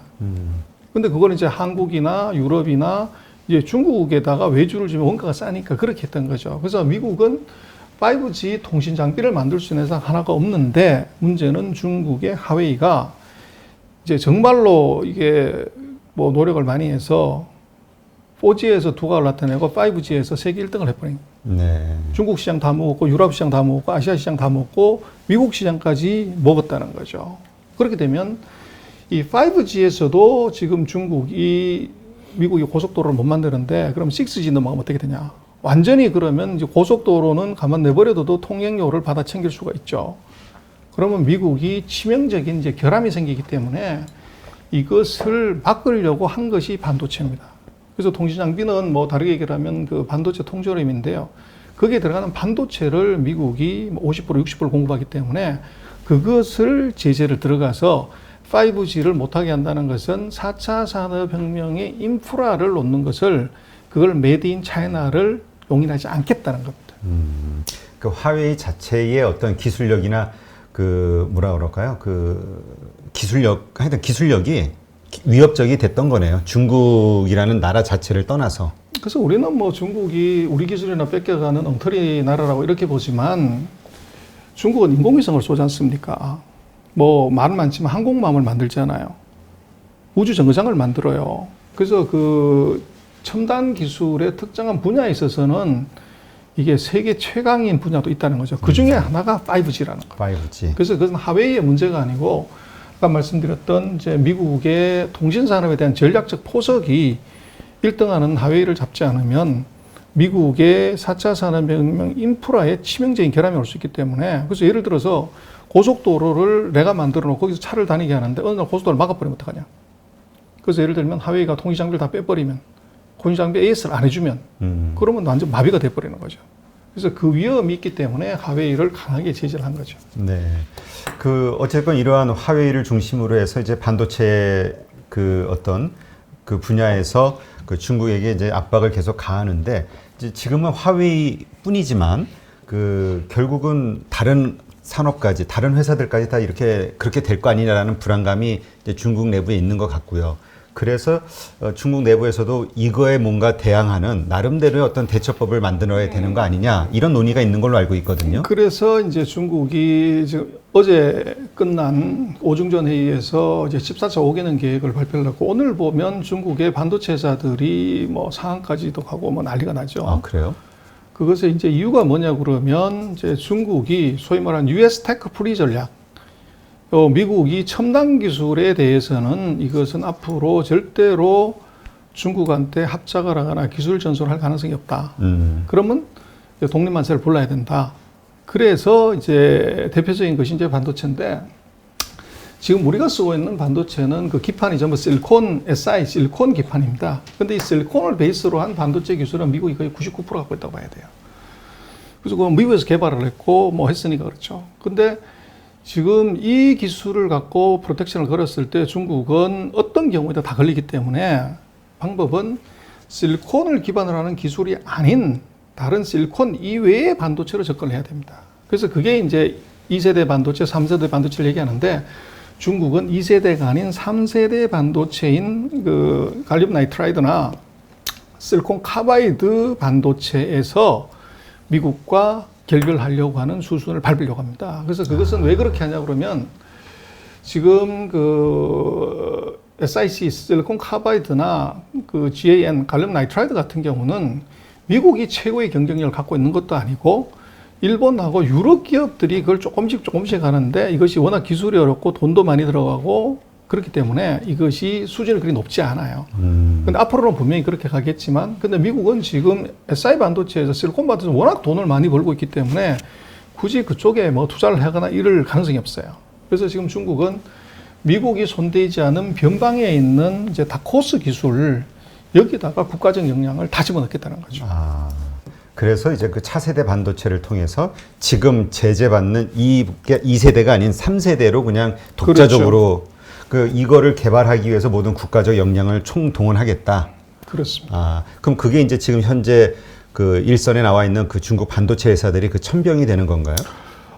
중국도 아직 그거 시작하고 있는 것은 다 중소기업이 지금 해요. 근데 아. 중소기업이 하고 있는데 거기에 이제 아마 14차 5개년 계획이 어제 이제 만들어졌으니까 아마 내년 3월 달에 픽스가 되고 나면 아마 대대적으로 그 3세대 반도체에 대한 지원을 할 겁니다. 근데 이미 지금 실리콘 반도체에 있어서 중국은 국가 자본주의가 무서운 게 그런 거예요. 반도체 펀드를 만들어서 53조 원을 투자를 해줬어요. 근데 그 투자라는 게 말이 투자지 그냥 사실은 주는 거라고 주는 거죠. 봐도 과언이 아니고. 그리고 최근에 한 달 전인가 중국이 미중에 이제 반도체 전쟁이 벌어지면서 지금 우리가 반도체는 이제 그 손톱 크기 3분의 1 되는 칩에다 회로를 그리는 겁니다. 네. 근데 회로를 그릴 때 요 붓의 가늘기가 가늘수록 많이 그릴 수 있죠. 이게 이제 집적도가 높아지는데 우리는 이제 5cm짜리 붓으로 예를 들면 회로를 그린다고 하면 중국은 지금 최첨단이 14cm짜리 정도로 그립니다. 아, 그게 이제 기술 차이네요. 그렇죠. 그리고 거기에 먼저 10cm, 뭐 7cm, 5cm 이렇게 내려와야 되는데, 근데 지금 중국이 그래도 제대로 상용화가 있는 것은 28cm 정도 붓이에요. 대중화가 되어 있는 것은 14cm만. 우리는 이미 뭐 이제 옛날 기술이지만 중국은 그게 최첨단 기술이고, 근데 중국 정부가 뭘 했냐 그러면 28cm 정도로 이 붓을 가지고서 회로를 그릴 수 있는 기업들, 그 정도 수준만 되더라도 앞으로 10년 동안 법인세를 면제해 줄게. 아, 그래서 법인세가 25%인데 매출액 순이익률이 25%가 좋아지는 거예요. 그러네요. 그래서 이것은 뭐 서방의 그 자본주의 국가에서는 상상할 수 없는 일이죠. 그렇죠. 사회주의 국가니까. 그렇죠. 그래서 그거 국가 재정으로 사실은 이 매출액의 25%를 지원해 준다는 거죠. 그래서 오늘 그 중국 반도체 회사들이 상한가가고 상승한다는 이유가 그거네요. 법인 그만큼 25%, 30%의 수익이 확 늘어나니까. 그래서 그거는 이미 이제 한 달 전에 발표를 했고, 아, 지금 이제 그것은 모든 반도체 그런 기준을 가지면 다 해주는데 아마 또 두고 봐야겠지만 오늘 기자회견을 지금 하고 있을 건데 그 아까 말씀드린 3세대 반도체 그 실리콘 카바이드나 그 갈륨 나이트라이드 같은 3세대 지금 이걸 지원한다는 것은 실리콘 반도체에 지원한다는 거예요. 아, 실리콘 반도체. 그렇죠. 근데 이게 지금 차세대 반도체는 아직 지원 계획이 안 나와 있습니다. 근데 그것이 대대적으로 나올 가능성이 이제 있죠. 아, 그거에 대한 기대감으로 지금 그렇죠. 이제 상승을 하는 거군요. 네, 그러니까 이게 어쨌건 중국도 이제 그대로 포기할 수는 없는 거니까 이런 이제 방법들을 통해서 이제 대책을 만드는 건데, 근데 이러한 것들이 결국 우리 반도체 국가인 우리 삼성전자나 하이닉스나 이런 데는 상당히 위협이 되는 거 아닌가요? 만약 성공한다면. 근데 그게 성공의 가능성이 높을까요? 단기적으로는 뭐 우리한테는 엄청난 호재고요. 미중의 반도체 전쟁은. 그러나 장기적으로는 이것이 감히 중국이 첨단 반도체를 만든다는 것을 3년 전, 5년 전에 상정을 하지를 않았었어요. 근데 이것이 이제 트럼프가 확실하게 숨통을 끊어놓도록 이제 이 단속을 했으면은 좋은데 그걸 이제 숨통을 끊지도 못하고 자꾸 쿡쿡 찔러서 이게 엄청난 자극하고 자성을 하게 되고 결기를 만들어 버린 거죠.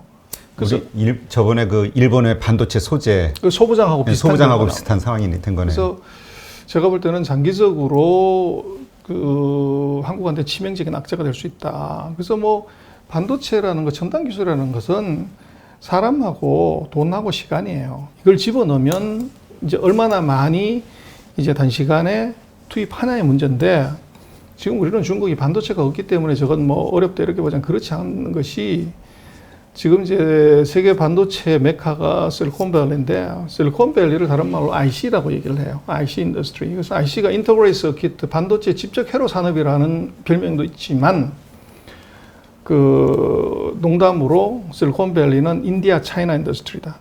거기서 일하는 엔지니어들의 60, 70%가 전부 중국하고 인도 엔지니어라는. 아, 그래요? 그래서 이 사람들이 이제 모국으로 돌아왔을 때 그때 이게 사람한테 체화된 반도체 기술이 있단 말이에요.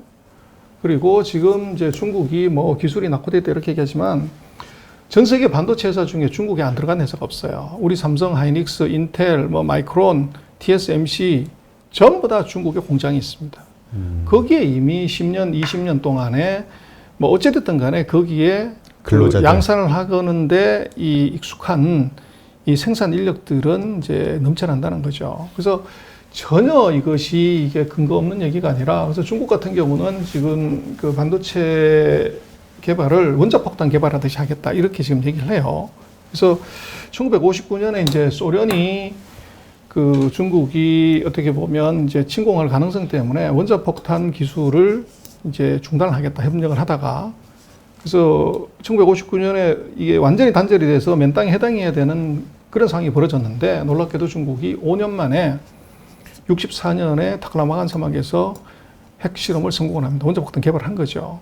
그리고 3년 뒤에 수소폭탄까지 개발을 해요. 그래서 아무 베이스가 없는 상태에서도 얘들이 이제 원자폭탄, 수소폭탄을 만들었고 지금 중국은 미국이 하는 것을 봤을 때는 저것은 과거에 소련이 했던 것보다 더 가혹하게 들어온다. 그럼 어떻게 되냐? 원자폭탄 개발하듯이 그렇게 개발을 해야 된다. 5년 안에. 근데 문제는 아까 말씀드린 것처럼 원자폭탄은 아무 베이스가 없는 상태에서 했지만 지금 이 반도체 같은 경우는 실리콘밸리의 인력, 그리고 대만에 있는 인력, 그리고 중국 본토에 있는 인력. 그래서 이게 있다는 거죠. 그리고 네. 정부의 그 무한대 자금 지원, 뭐 이런 것이 같이 있기 때문에 저것을 너무 가소평가하면 큰일 난다. 그래서 네. 우리도 3세대 반도체에 대한 준비를 지금은 이제 우리가 실리콘 반도체 워낙 떼돈을 벌고 있어서 그렇지만 거기에 대한 준비를 지금 빨리 할 필요가 있다 그렇게 보죠. 네. 뭐 삼성전자나 하이닉스나 이런 기업 단위에서도 지금 거기에 대한 고민들 많이 하고 있겠죠. 이뭐 발등에 떨어진 불일 수도 있으니까. 예. 네. 하여튼 뭐 갈수록 그 진짜 각자 도생의 그런 어려운 그 상황이 돼가는 게 아닌가 이런 생각이 드네요. 네. 그럼 이번엔 계속 얘기하셨던 그 제5중 전회의 뭐 이것이 이제 어제 끝났다 이 말씀을 하셨는데 일단 이 5중 전회의라는 게 뭡니까? 이게 요 단어가 좀 생소해서. 예, 그래서 우리는 뭐 중국의 정치제도가 익숙하지 않기 때문에 그런데 중국은 이제 8,900만 명의 공산당원이 있어요. 네. 근데 이 사람들이 뭐 다 이제 모여서 회의할 수 없으니까 5년에 한 번 모여서 회의를 합니다. 네. 그래서 거기에서 이제 중앙에 올라와서 회의를 할 수 있는 사람이 바로 중앙위원이에요. 아. 그래서 요 사람들이 대략 한 뭐 190명에서 200명 정도가 됩니다. 네. 이제 요 사람들이 어떻게 보면 실질적인 국민의 대표다 이렇게 볼 수가 있고 요 200명 중에서 200명 내외 플러스 마이너스인데 여기서 25명을 다시 뽑는데 요 사람이 정치국원입니다. 네. 그래서 이게 이제 중국의 당설로 얘기하면 넘버 1부터 넘버 25등까지 되는 거죠. 그리고 이제 그 25등 중에서 7명을 뽑으면 베스트 7이 바로 당 상무위원이고 거기서 한 사람이 주석이 되는 겁니다. 지금 시진핑. 그렇죠.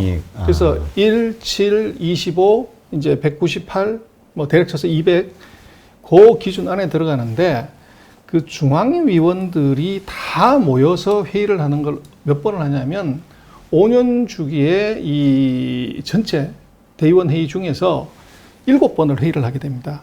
그래서 7번 회의 중에서 이 어제 같은 경우가 5번째 회의를 하는 겁니다. 그래서 중앙위원 전체 회의 중에서 제5차 회의다.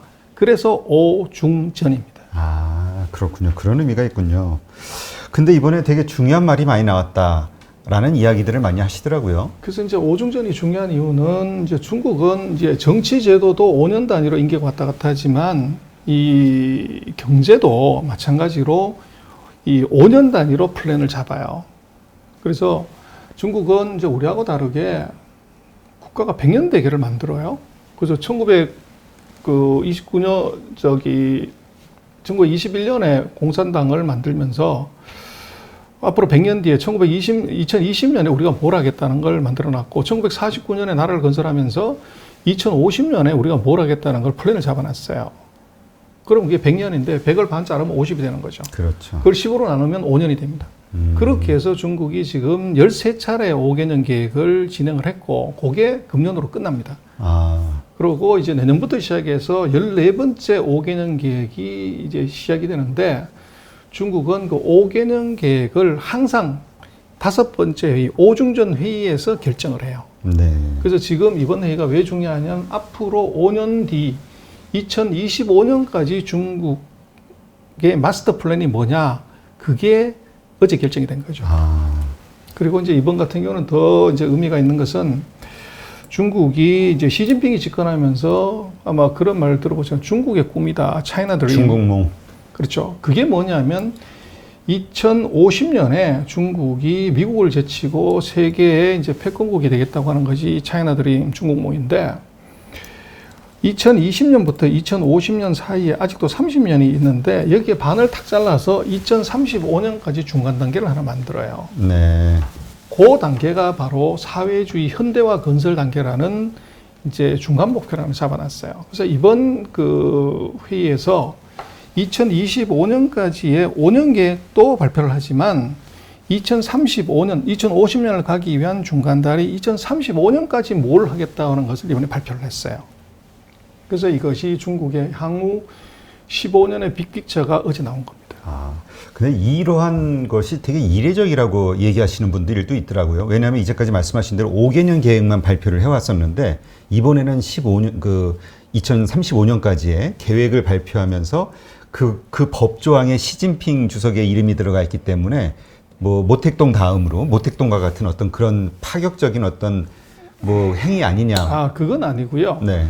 지금 이제 시진핑 1기 정부 때 차이나 드림 얘기를 했고, 그 중간중간에 방금 말씀드린 2035년, 2050년 플랜은 시진핑 2기 정부가 출범하면서 얘기를 한 거예요. 아. 그러니까 그 이전에는 그런 긴 계획을 얘기할 필요가 없었던 거죠. 네. 그래서 그것은 이미 시진핑 2기 정부 때 이 어떻게 보면 타켓, 골은 정해놨고 구체적으로 뭘 하려 하는 것은 이번에 정한 거죠. 네. 그래서 말씀하신 그 이전에는 없었고 이번에 한 이유는 그것이 시진핑 2기 정부의 2035, 2050의 목표를 잡았기 때문에 그렇습니다. 네. 아니, 그래서 이러한 것을 보고 영구 집권에 대한 이야기. 그러니까 보통 거의 주석 임기가 몇 년이죠? 5년이죠. 5년. 그러니까 이번에 또 끝나면은 또 계속해서 하여튼 이 목표 달성할 때까지 시진핑이 계속 주석직을 하기 위해서 이러한 계획을 이건 내가 완성시킬 거야 이런 뜻으로 올린 거 아니냐.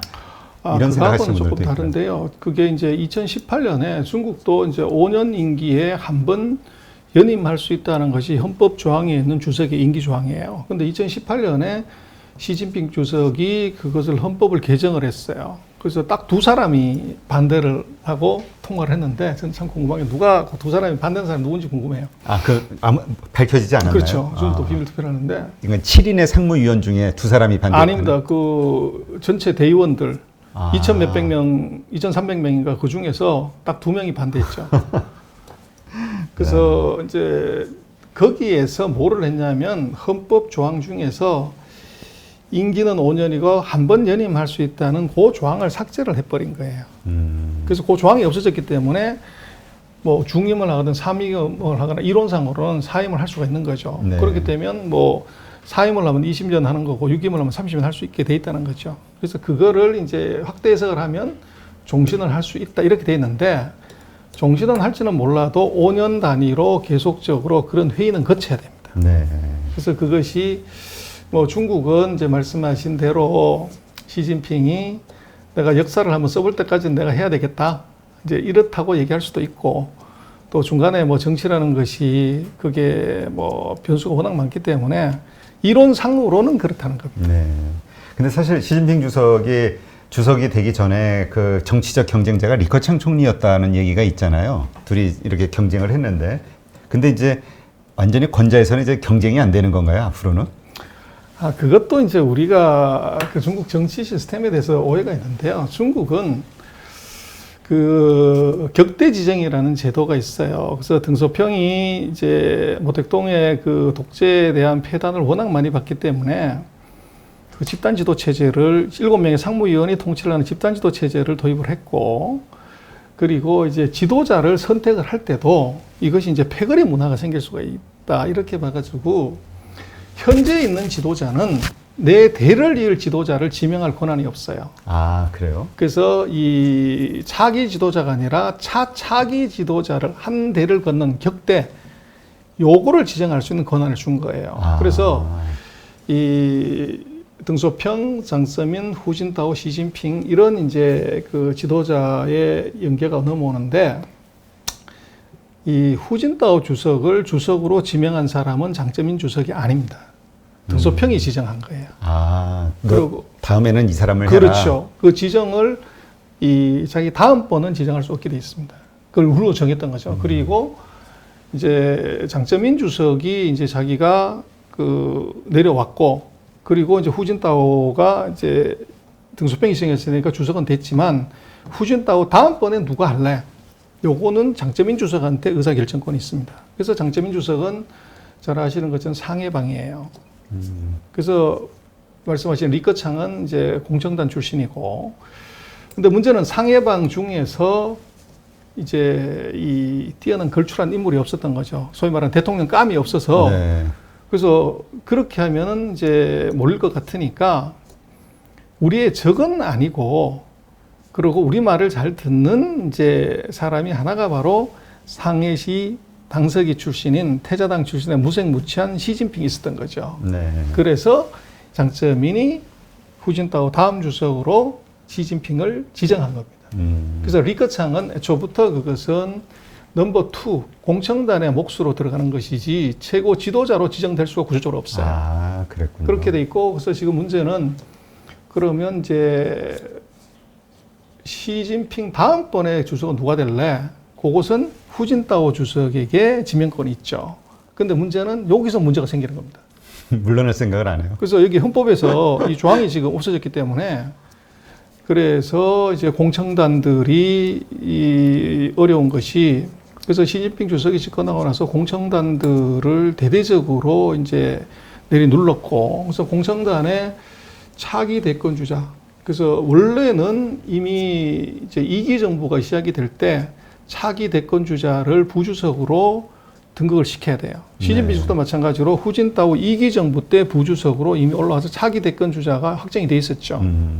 그래서 지금 시진핑 2기 정부에서 돼 있어야 되는데, 그 순서로 보면 공청단에 넘버 2가 와야 되는데, 공청단에 이제 후추나라는 사람이 있는데 이 양반이 원래 대권 주자였어요. 네. 근데 지금 이제 뭐 그 부총리 정도의 위치에 그치고 있고, 이 7명의 그 당 상무위원회 반열에 올라가 있지를 못해요. 그래서 지금 놓고 보면 이 리커창하고의 시진핑하고의 관계는 그것은 이제 세간에서 얘기하는 건 다르다. 그리고 이제 어제 그 오중전을 하면서 우리는 이제 14.5계획만 자꾸 보지만 또 하나 중요하게 봐야 되는 것이 그 중앙위원들 190몇 명의 그 행동 조례 같은 거를 통과를 시켰어요. 그 행동 조례에 뭐가 들어가 있었냐 그러면 우리가 핵심이라는 말을 쓰잖아요. 코어라는 거. 네네. 코어. 가장 중요한 거. 이런 말은 중국에서 잘 쓰질 않는데 거기다가 뭐를 박았냐면 시진핑 주석을 핵심으로 하는 이런 말이 들어가요. 아. 그래서 그게 하나 들어가 있고, 그리고 중앙 집권 이제 리딩 이런 말이 들어가요. 그래서 그 얘기는 뭐냐면 시진핑을 중심으로 하는 이제 1인 집권 체제를 수용을 해야 된다고 하는 조례를 만들었고, 그걸 어제 통과를 시켰어요. 아. 그렇게 되면은 아까 말씀하신 이제 리커창은 뭐 거기에 도저히 대적할 수 없는, 그래서 7명의 상무위원이 이론상으로는 n분의 1의 권력을 갖지만 지금 상태는 그게 아니라 한 명의 주석 밑에 6명이 보고를 하는 상하관계로, 평등관계에서 상하관계로 바뀌어버립니다.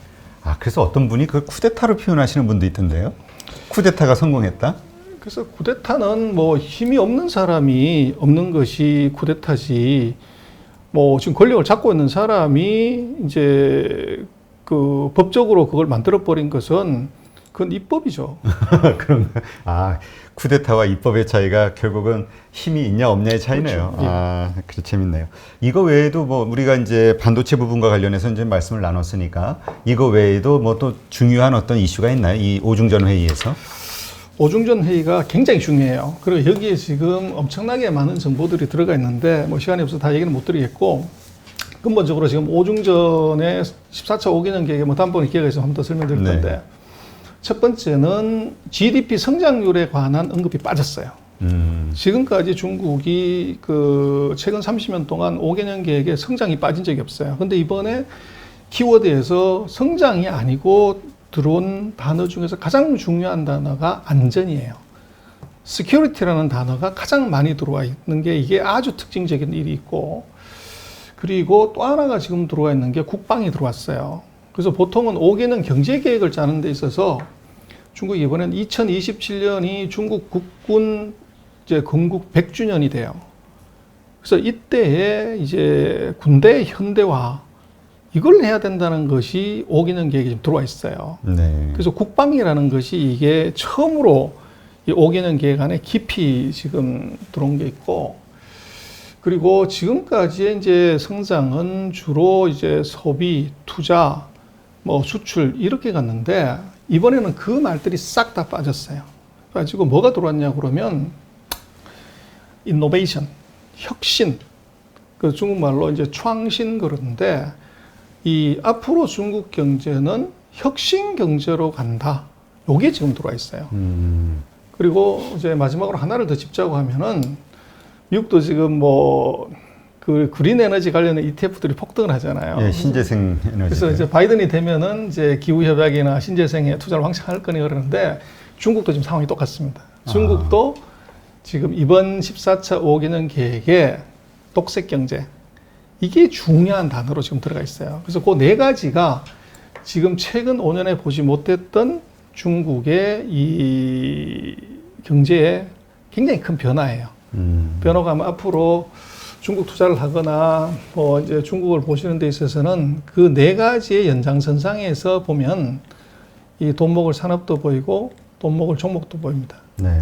근데 이 신재생 에너지가 만약 바이든 후보가 대통령이 된다 그러면 거기도 뭐 2030년까지 제로를 선언했잖아요. 그 화석 연료 사용하는 네. 거를 제로로 하겠다.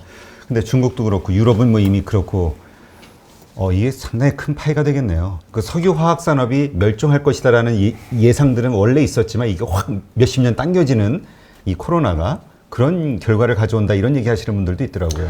그래서 이제 4차 산업혁명의 그 의미를 또 하나 놓고 보면 지금처럼 화석 연료를 베이스로 한 제조, 자동차, 모빌리티가 되면 이것은 이제 인류가 스스로 자살 행위를 벌이는 거죠. 그래서 지금 이제 생각을 해보면 전체 에너지의 거의 뭐 비중으로 보면 석유라든지 이런 니켈, 구리 뭐 이런 것을 작게는 중국이 1, 20%, 많게는 4, 50%를 갖다 써요. 근데 지금 아까 말씀드렸던 이제 중국의 그 경제 목표가 앞으로 10년 정도 이 내외에 GDP가 10년에서 15년 내외 GDP가 지금 규모의 2배가 이게 되는 것이 목표예요. 그래서 그렇게 되면 어떻게 되냐면 지금 전 세계가 쓰고 있는 이 에너지 자원 이거를 2배를 중국이 더 써야 된다고 하면 그 자원의 모든 것을 중국이 다 가져가야 되고 그렇게 되면 중국은 전 세계하고 무역 전쟁이 아니라 미국이 아닌 전 세계와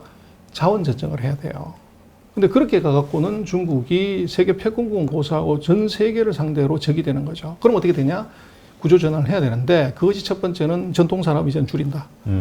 두 번째 제일 문제가 되는 에너지가 이것이 석유에 의존해서는 영원히 이거 미국한테 이게 후달릴 수밖에 없다. 그리고 우리는 이제 중국이 석유 없으면 죽는다 이렇게 생각하지만 중국이 세계 6대 산유국입니다. 석유가 나요. 근데 그것을 워낙 많이 쓰다 보니까 한 62% 만들 때는 68%까지 수입을 해요. 그래서 그게 지금 이제 문제가 되는데 그 석유 안전을 위해서도 신재생 에너지로 가야 되고 또 지금 4차 산업혁명의 뭐 가장 큰 그림이 결국은 전기자동차인데 전기자동차를 석유를 떼서 이걸 전기를 만들어 가지고 그거 갖고 차를 몰고 다니면 지금 석유자동차하고 사실 아무 차이가 없죠. 그래서 결국은 이제 리사이클링 에너지, 태양이나 풍력이나 지열이나 이런 걸 통해서 하게 되고 특히 태양광 같은 경우는 자동차 자체가 이게 발열판이 될 수가 있기 때문에 이 어떻게 보면 리사이클링 에너지가 앞으로 4차 산업혁명에서 모든 전자기기가 같이 연결해서 엄청난 전력 소비가 필요한데 그것을 지금 같은 화석 연료를 계속 쓰게 되면 중국은 전 세계와 자원 전쟁해야 된다. 이걸 피하려고 하면 필연적으로 리사이클링 에너지로 가야 되고 그게 묘하게도 미국도 그렇게 생각하고 있는 거죠. 네. 그래서 두 개가 맞물리면서 아마 그 에너지 혁명, 특히 이제 그린 에너지 쪽이 이게 굉장히 커질 수밖에 없고, 이미 중국 같은 경우는 그런 태양광 이 풍력 발전 관련되는 회사들의 주가가 뭐 이번 달 들어서 굉장히 많이 움직였죠.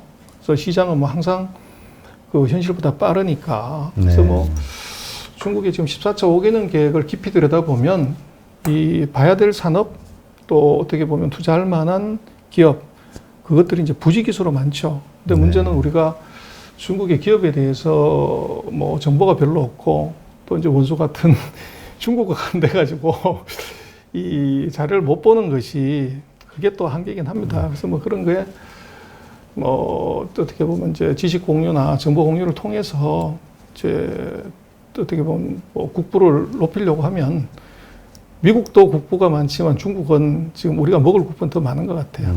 그래서 뭐 4차 산업혁명을 중국의 그 지금 14차 5개년 계획을 좀 깊이 보면 중국에서 돈 먹을 일들이 좀 많이 생기는 것 아닌가 싶습니다. 네. 그러니까 결국 2030년까지 35년. 35년까지의 중국의 돈의 흐름이 거기에 나와 있는 거잖아요. 그렇습니다. 이 회의에. 예. 그러니까 그 가운데서 우리가 돈을 벌 수 있는 어떤 그 뭐라 그럴까 아이디어를 찾아서 잘 뚫고 들어가야 된다는 그런 말씀으로 이해가 되고요. 요거 하나 더 질문을 드리면, 지금 그 얼마 전에 그 시진핑 주석이 그 발표한 게 그 쌍순환에 대한 이야기가 있었잖아요. 근데 이거는 결국 뭐 수출과 내수와 뭐 이렇게 양쪽을 얘기했지만 내수를 키우겠다라는 의지를 강하게 표현한 것이고, 그래서 지금 위안화 강세가 용인되는 게 중국 정부가 거기에서 찾을 수 있다, 이런 얘기들을 많이 하시더라고요. 그래서 이제 쌍순환의 얘기는 이제 그 중국의 이 쌍순환은 쌍이 뭐냐고 그럴 때 내순환, 외순환이다 이렇게 얘기를 하지만, 제가 볼 때는 그 본질을 딱 들여다보면요, 그 소비 플러스 국산화입니다. 아, 그래서 그것을 이제 그렇게 하면 너무 속이 보이니까 우아하게 표현하려고 이제 dual circulation이라고 이제 이름을 갖다 붙인 것이고, 쌍순환이라고. 그래서 지금 이제 그것의 의미는 뭐냐 그러면, 지금 이제 중국이 이번에도 14차 5개년 계획에서 이랬지만, 지금 있는 세계 정세, 중국이 처하고 있는 상황을 어떻게 보냐면 100년 만에 이게 볼 수 없었던 위기의 상황이다, 이렇게 이제 묘사를 해요. 근데 이 위기라는 것이 뭐냐면, 전 세계가 다 중국 미워하고 제일 큰 나라 미국이 브로킹을 하기 때문에 이것이 수출로 성장하는 이것은 어렵다, 이렇게 본 거죠. 네. 그럼 그 대안은 뭐냐 그러면, 결국은 내수의 캐파를 갖고서 성장해야 된다. 그래서 내수를 어떻게 늘리려 하는 것이 이번 14차 5개년 계획 안에 엄청난 정보들이 거기 들어있어요. 네. 근데 우리는 이제 그렇게 생각을 하죠. 중국이 뭐 14억의 거지의 나라, 인당수도 $10,000도 안 되는 나라에서 어떻게 내수로 성장해? 그게 이제 우리 관념인데, 작년에 2019년에 전 세계 럭셔리 매출의 35%가 중국이 사갔어요. 2019년인가요? 그 전 세계 부대 명차의 27%를 중국이 사갔습니다. 전 세계 면세점 매출액의 51%를 중국이 사갔어요. 뭐 우리도 지금 여행사라든지 면세점 뭐 코로나 때문에 다 죽었잖아요.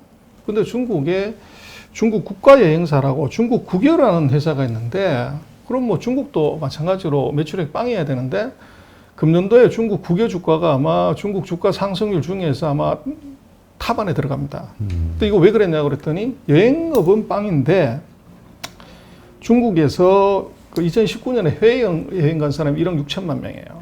근데 지금 우리도 아까 뭐 농담처럼 얘기했지만 골프장이 미어 터진다고 그러는데, 해외 골퍼들이 갈 수가 없어서 국내에 몰리다 보니까 그런 현상이 나타났다고 이제 얘기를 합니다만은, 중국도 해외에 가서 전 세계 면세점 매출액의 절반, 명품의 35% 사람이 밖에 못 나가니까 그걸 국내에서 사는데, 거기 해남도에다가 중국이 전 세계에서 제일 큰 면세점을 만들어줬어요. 네. 이게 매출액이 뭐 3.5배, 4배가 늘어난 겁니다. 그러니까 여기서 해외여행 안 가고 거기서 사다 보니까 이게 매출액이 폭발을 해버린 거죠. 결국은 그것이 중국의 지금 뭐 예를 들었지만 내수 구매력입니다. 그래서 금년도 같은 경우에 아마 소비 유통의 규모가 처음으로 중국이 미국의 규모를 넘었을 거예요. 그래서 중국은 이 내수 유통에 관한 이제 어떻게 보면 소비를 중심으로 한 성장으로 갈 수밖에 없고, 그걸 우아하게 표현해서 내순환이라고 얘기를 했고, 그리고 이제 또 하나 뭐 근본적인 문제는 기술이죠. 그래서 미국으로부터 이제는 어떤 첨단 기술도 베끼지도 훔치지도 사오지도 못하는 상황에 벌어졌기 때문에 이것을 국산화할 수밖에 없습니다. 그래서 그 로컬라이제이션은 그 쌍순환의 해석은 저는 두 가지 키워드는 이 첨단 기술의 국산화, 그 다음에 소비 활성화. 이제 그거를 아마 도표를 그리고 뭐 우아하게 표현을 해서 하는데 도표를 쳐다보면 무슨 말인지 알 수가 없습니다. 알 수 없게 만드는 게 그래. 헷갈리게 그래서 하늘 하죠. 보면은 그 소비 활성화 플러스 그 기술 국산화, 첨단 기술의 국산화 그걸로 해석을 할 수 있다. 그래.